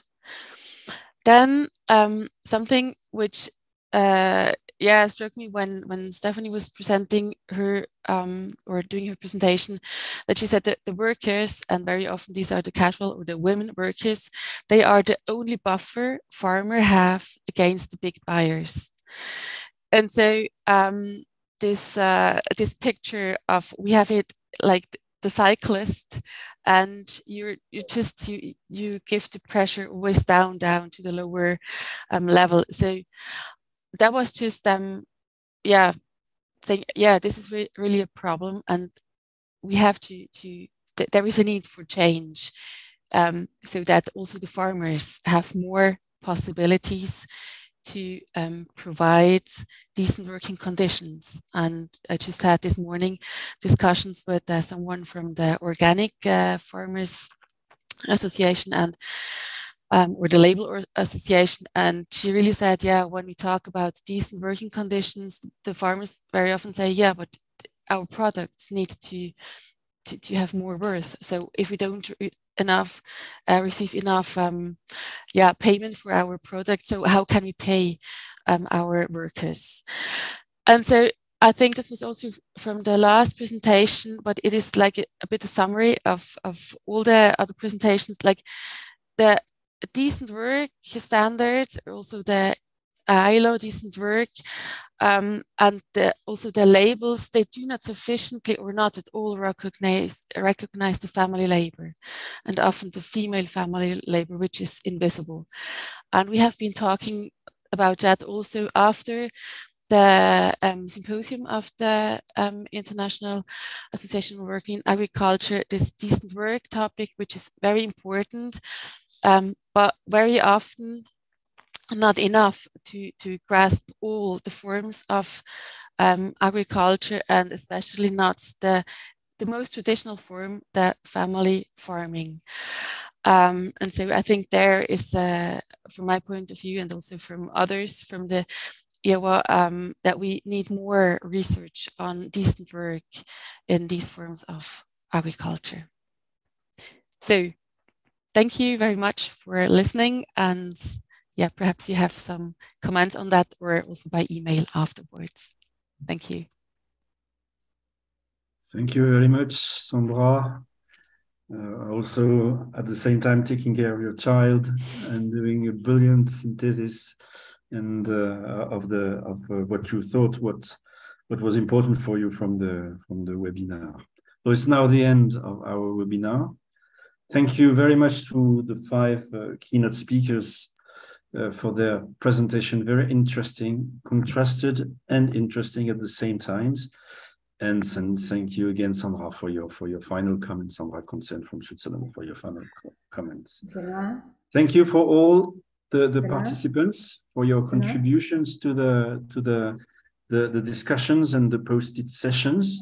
I think we'll take time to look at what you have developed in the post-its. I think it's food for thought for the future of the research agenda and the discussions of the International Association. So at the end of this webinar, we have 2 comments. The first one is, it's the first time we organize a webinar. If you have any comments on the format, on the way we organized it, presentation, general discussions, posted sessions, and so on, please send your comment to Isabelle Avalanche. And then we'll send you, as registered, only for the registered participants, the PowerPoints and the synthesis and the original of the post-it boards, but the synthesis we make of the post-its.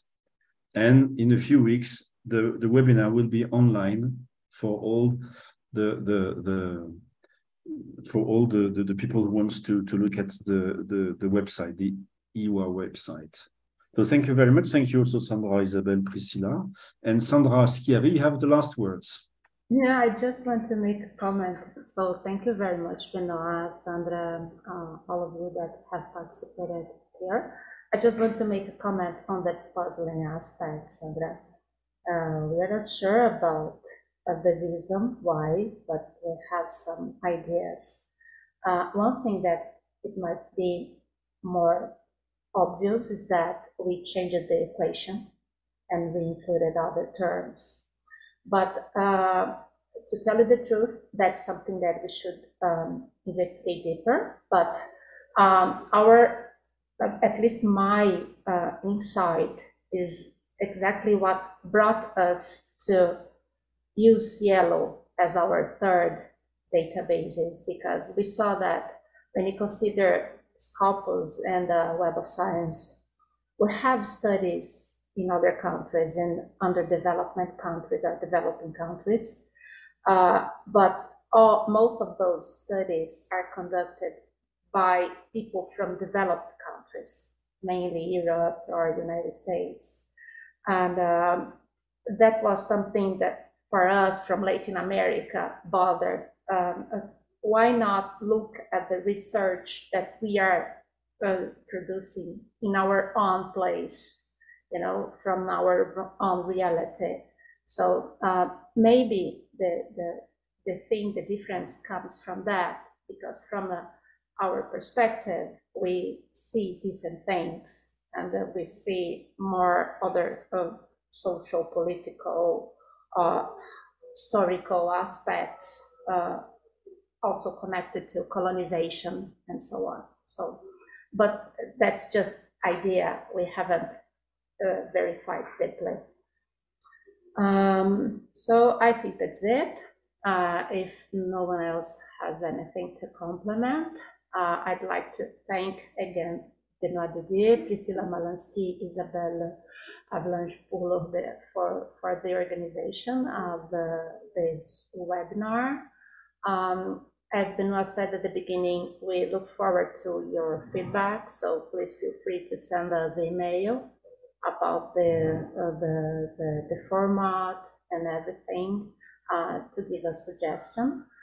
And thank you again, Sandra, and all the speakers for the participation. Thank you very much.